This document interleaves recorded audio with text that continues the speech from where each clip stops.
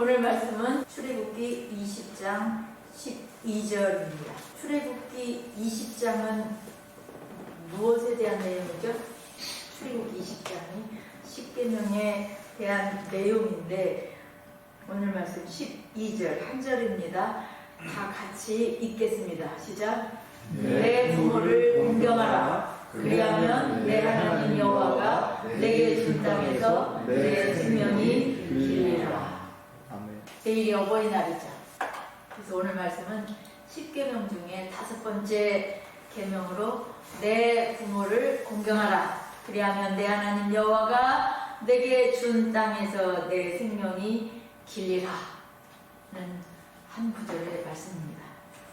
우리나라는 조상 대대로 춤과 효를 중요시하는 나라입니다. 유교의 가족 윤리 중에 최대의 덕목입니다. 공자는 부모를 부양하는 것 외에 부모를 공경하는 것을 효의 절대적 요건이라 했습니다. 공자의 얘기에서는 항상 부모의 명령을 따르고 부모에게 잘못이 있을 때는 조금씩 꾸준히 아뢰고 부모가 자신에게 힘든 일을 시켜도 결코 원망하지 않는 3가지 태도를 효의 요건이라 했습니다. 보통 때는 마음적으로 그렇게 부모를 거역하고자 하는 마음이 없을지라도 그 2번째, 3번째가 걸리죠. 부모에게 잘못이 있을 때. 그 다음 3번째는 부모가 자신에게 힘든 일을 시킬 때 어려운 겁니다. 제가 초등학교 다닐 때는 그 송강정철의 효에 대한 시가 교과서에 실려 있었습니다. 어버이 살아실 때 섬기기를 다해라. 지나간 후면 애달다 어이하리. 평생에 고쳐 못할 일은 이뿐인가 하노라. 대부분 효에 대한 시는 저자가 늙어서 부모가 안 계실 때 후회하고 슬퍼하는 내용으로 부모가 살아 계실 때 효도하도록 가르치기 위해서 주로 지어졌습니다. 하나님께서는 이스라엘 백성들에게 10가지 계명을 주시는데 20장 맨 앞부분이 중요합니다. 20장 1절과 2절을 함께 읽어보시겠습니다. 시작. 하나님이 이 모든 말씀으로 말씀하여 이르시되 나는 너를 애굽 땅 종되었던 집에서 인도하여 낸 네 하나님 여호와니라. 내 하나님 여호와니라. 내 하나님 아버지로서 내가 마땅히 지킬 계명을 준다. 이스라엘 백성들이 계명을 지키면 복을 받고 안 지키면 벌을 받는다는 조건으로 주시는 것이 아닙니다. 이미 그들이 애굽 종살이에서 구원받은 복받은 백성으로서 마땅히 살아야 할 삶의 지침입니다. 왜요? 너희는 내 백성이니까. 나는 네 하나님이니까. 이스라엘은 하나님의 특별하신 기적과 능력을 체험하고 애굽의 종살이에서 해방되었습니다.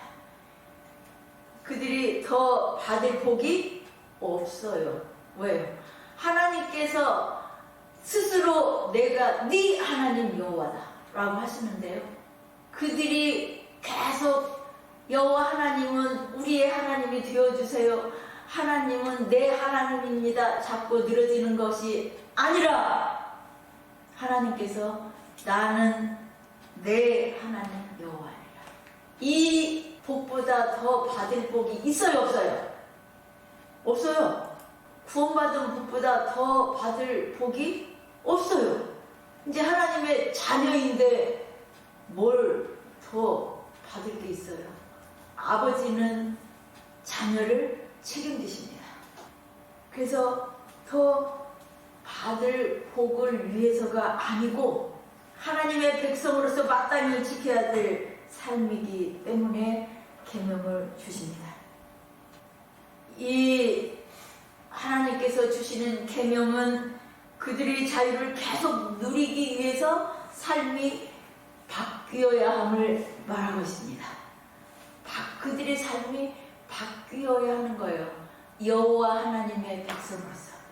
그래서 그들이 계속 자유를 누릴 수 있게 하시기 위해서 주신 계명입니다. 그 다섯 번째 계명이 내 부모를 공경하라입니다. 이미 모든 나라에서 갖고 있는 부모에 대한 효의 윤리적 의미와 하나님께서 주시는 내 부모를 공경하라는 말씀에는 어떤 차이가 있을까요? 맨 앞에 조건부터가 차이가 있었죠. 누구로서 명하느냐? 공자가 말하는 게 아니고 네 하나님 아버지로서 말하는 것이다. 세상과 구별되기 위해서. 너희는 거룩한 백성이기 때문에. 그래서 주시는 계명입니다. 하나님께서 주시는 이 말씀에 또 하나 특징은 약속이 보장되어 있습니다. 내 하나님 여호와가 내게 준 땅에서 내 생명이 길리라 하는 약속입니다. 이 땅에서 장수하는 것은 분명히 하나님께서 주시는 복입니다. 천지 우주 만물과 나의 생명을 창조하신 하나님의 명령으로 내 부모를 공경하라라고 하십니다. 공경은 공손히 섬김. 공은 다른 사람 앞에서 자기 몸을 낮추는 것, 경은 다른 사람의 지혜와 덕을 추앙하고 존경하는 것, 다른 사람을 높이 받들고 존경하면서 스스로는 낮추고 겸손해하는 마음과 자세를 말한다라고 사전에 풀이되어 있습니다. 공경은 존경과 섬김이 포함되어 있습니다. 마음 자세와 행동이 들어있습니다. 인간으로 마땅히 존경하고 섬겨야 할 대상이 부모입니다. 여자들을 무시하고 종으로 취급하던 이스라엘 사회에서 공경의 대상으로 어머니가 포함되어 있다는 것이 특별합니다. 네 부모를 공경하라. 부모를 저주하거나 치는 자는 반드시 죽이도록 그 다음 출애굽기 21장 15절에 17절에 기록하고 있습니다. 부모의 권위를 하나님께서 인정해 주신 것입니다. 그런데 자녀의 입장에서 보면 부모를 항상 공경하기가 쉽지가 않습니다. 인터넷에 올라온 글이 있습니다. 어떤 어린아이가 주일학교에 갔다가 집에 와서 네 부모를 공격하라. 네 부모를 공격하라. 그렇게 말을 합니다. 그 말을 듣고 있던 아빠가 야, 너 잘못한 거 아니냐? 내 부모를 공경하라를 잘못 들은 거지. 그러니까 아이가 공경이 무슨 뜻이야? 라고 물었습니다. 아빠는 아이에게 공경은 말을 잘 듣고 순종하는 거야 라고 대답해 주었습니다. 아이는 다시 공격은 뭐야? 라고 물었습니다. 공격은 반항하고 대드는 거야 라고 아빠가 대답을 했습니다. 그랬더니 아이가 그런데 엄마랑 아빠는 왜 할머니를 공격하는 거야? 라고 말했다는 것입니다. 이것이 우리의 모습입니다. 더구나 부모가 자녀를 학대하고 말로 상처를 줄 때는 자녀에게 공경의 대상이 아니라 원수가 되기도 합니다. 우리는 누구에게인가 강제로 굴복하게 되면 분노하고 억울해합니다. 교만한 자가 참지를 못합니다. 상대방이 부모라고 하더라도 불손하고 완악한 태도를 보이는 자녀 때문에 부모도 상처를 입습니다. 그러나 하나님께서는 어떤 부모일 때 공경하라고 조건을 붙이지 않으십니다. 조건이라면 나는 너희를 종되었던 애굽 땅에서 인도에는 내 하나님 여호와니라 라는 조건이 붙어 있을 뿐입니다. 하나님 말씀을 듣고 부모를 공경할 때 받을 복을 말씀해 주셨습니다. 하나님께서 명하시는 이유는 부모를 공경하는 자녀를 위해서입니다. 공경을 어떻게 해야 하는 것인지 성경 말씀을 살펴보겠습니다. 부모를 공경한다는 것은 첫째, 부모님 말씀에 순종하는 것입니다. 잠언 23장 22절에서 25절 말씀을 찾아보시겠습니다. 함께 읽으시겠습니다. 시작. 너를 낳은 아비에게 청동하고 내 늙은 어미를 경히 여기지 말지니라. 진리를 사되 팔지는 말며 지혜와 훈계와 명철도 그리할지니라. 의인의 아비는 크게 즐거울 것이요 지혜로운 자식을 낳은 자는 그로 말미암아 즐거울 것이라. 내 부모를 즐겁게 하며 너를 낳은 어미를 기쁘게 하라. 내 부모를 공경하라 라는 말씀보다 훨씬 더 구체적이죠. 성경은 계속 부모의 말을 경청하고 경히 여기지 말라 라고 가르칩니다. 이것이 공경이에요. 부모의 말을 경청하고 청종하고 경히 여기지 말라. 왜요? 인간이 타락해서 악할지라도 근본적으로 부모는 자식에 대한 사랑이 있기 때문입니다. 예수님께서 하나님을 그래서 아비에 비유하십니다. 아버지에 비유하시는 거예요. 마태복음 7장 9절에서 11절에 있는 말씀입니다. 제가 읽겠습니다. 너희 중에 누가 아들이 떡을 달라 하는데 돌을 주며 생선을 달라 하는데 뱀을 줄 사람이 있겠느냐? 너희가 악할지라도 좋은 것으로 자식에게 줄 알거든 하물며 하늘에 계신 너희 아버지께서 구하는 자에게 좋은 것으로 주시지 않겠느냐? 하나님께서 얼마나 믿고 선하신 분인지 비교할 대상이 이 타락한 피조 세계에서 그래도 아비인 거예요. 비유할 만한 대상이. 요즘에는 자식을 학대하고 굶어 죽게 내버려 두기도 하고 낳자마자 버리는 부모도 있습니다. 그러나 대부분의 부모들은 자녀를 낳으면 자식을 위해서 희생할 준비가 되어 있습니다. 하나님을 떠나 하나님의 진노 아래에 있는 불경건한 사람들의 특징에 부모를 거역하는 자가 들어있습니다. 로마서 1장 30절 말씀입니다. 함께 읽겠습니다. 시작. 비방하는 자요, 하나님께서 미워하시는 자요, 능욕하는 자요, 교만한 자요, 자랑하는 자요, 악을 도모하는 자요, 부모를 거역하는 자요. 부모를 거역하는 자요 라는 말이 들어있어서 그 앞에서부터 계속되고 있는 하나님의 진노 아래 있는 자에 들어있어요. 부모를 거역하는 자. 부모를 거역하는 자는 하나님의 진노 아래 있다는 말씀입니다. 다음 디모데후서 3장 2절입니다. 말세의 특징입니다. 함께 읽겠습니다. 시작. 사람들이 자기를 사랑하며 돈을 사랑하며 자랑하며 교만하며 비방하며 부모를 거역하며 감사하지 아니하며 거룩하지 아니하며. 이게 말세의 특징이에요.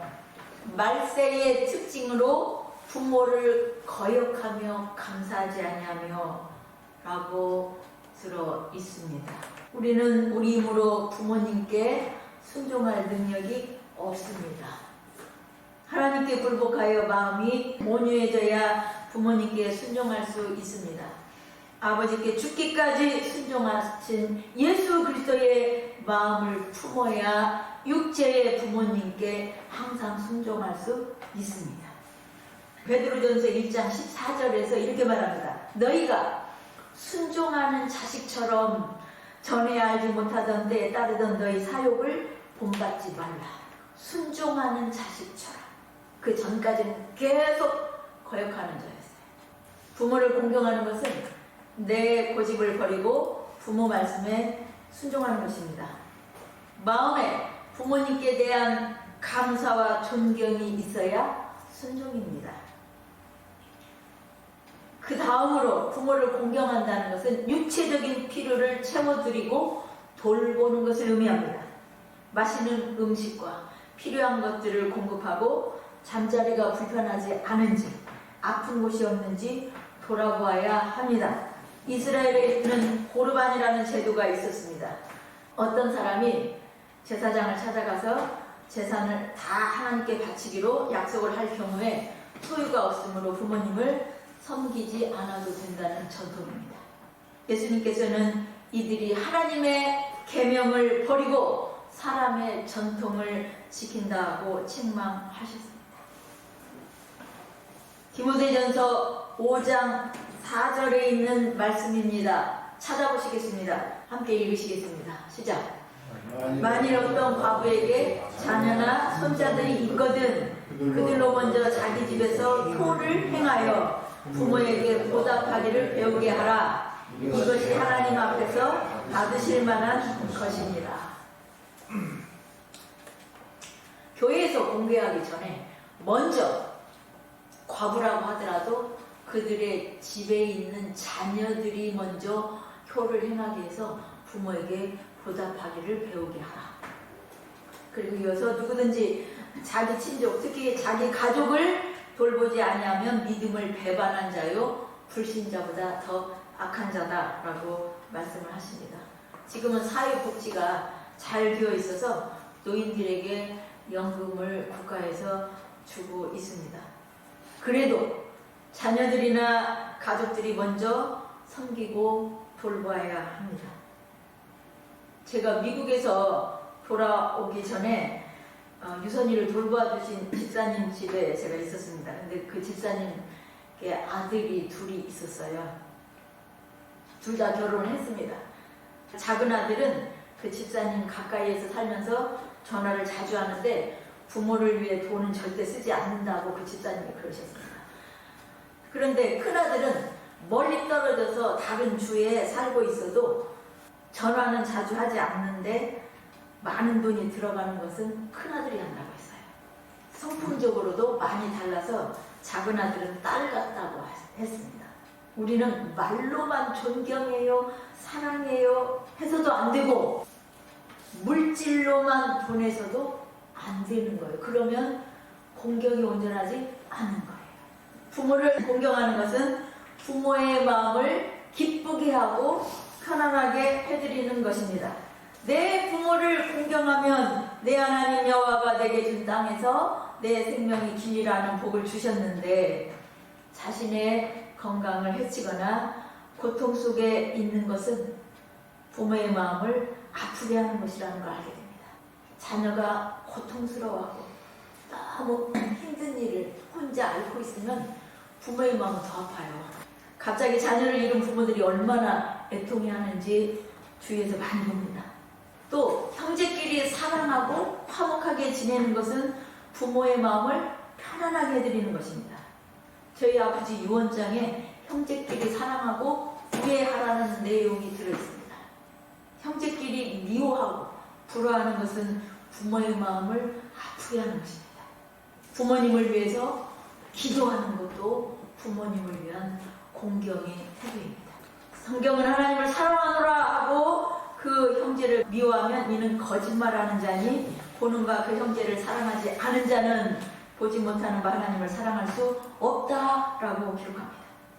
가정에서 부모를 공경하고 형제끼리 우애하지 못하면서 하나님을 사랑하고 이웃을 사랑하는 것은 불가능합니다. 지금은 수명이 길어져서 장수하는 것이 재앙처럼 보일 때도 있습니다. 부모님의 사랑을 많이 받아서 모시고 싶지만 기억을 잃어가시고 돌변하는 부모를 보면서 집에 모실 용기가 나지 않아 힘들어하는 사람도 있습니다. 실제로 모시고 살다 보니 너무나 힘이 들어서 자신은 더 늙으면 자발적으로 요양시설에 들어가겠다고 다짐하는 사람도 있습니다. 부모는 요양시설에 들어가는 것을 고려장이라고 생각하고 안 들어가려고 하시는데 집에서는 부모님을 모실 사람이 없습니다. 기억을 잃은 부모를 모시다가 힘들어서 동반자살하는 사람도 있습니다. 그러나 하나님께서는 어떤 조건을 붙여서가 아니라 하나님의 권위로 내 부모를 공경하라 라고 하십니다. 네 하나님 여호와를 명하는데 내 부모를 공경하라. 어떻게 하는 것이 부모를 공경하는 것인지 구체적인 사항은 없습니다. 그런데 부모님을 모시고 사는 사람들에게는 하나님께서 특별한 은혜를 부어주신다고 믿습니다. 잘되고 장수한다라고 말씀을 복을 명하고 계시기 때문입니다. 땅에서 잘되고 장수하리라는 에베소서 6장 3절 말씀에서 이 땅에서는 부모를 모시고 사는 데 따르는 어려움과 고생과 사랑과 이 하나님께 받는 위로와 이런 것들이 충분하고 넘치게 주시리라는 약속이 포함되어 있다라고 생각을 합니다. 우리는 부모를 통해서 육체의 생명을 받았고 부모의 사랑과 희생과 보살핌을 받고 살았습니다. 우리가 나이 들어 늙고 볼품이 없어져도 부모의 사랑은 변하지 않습니다.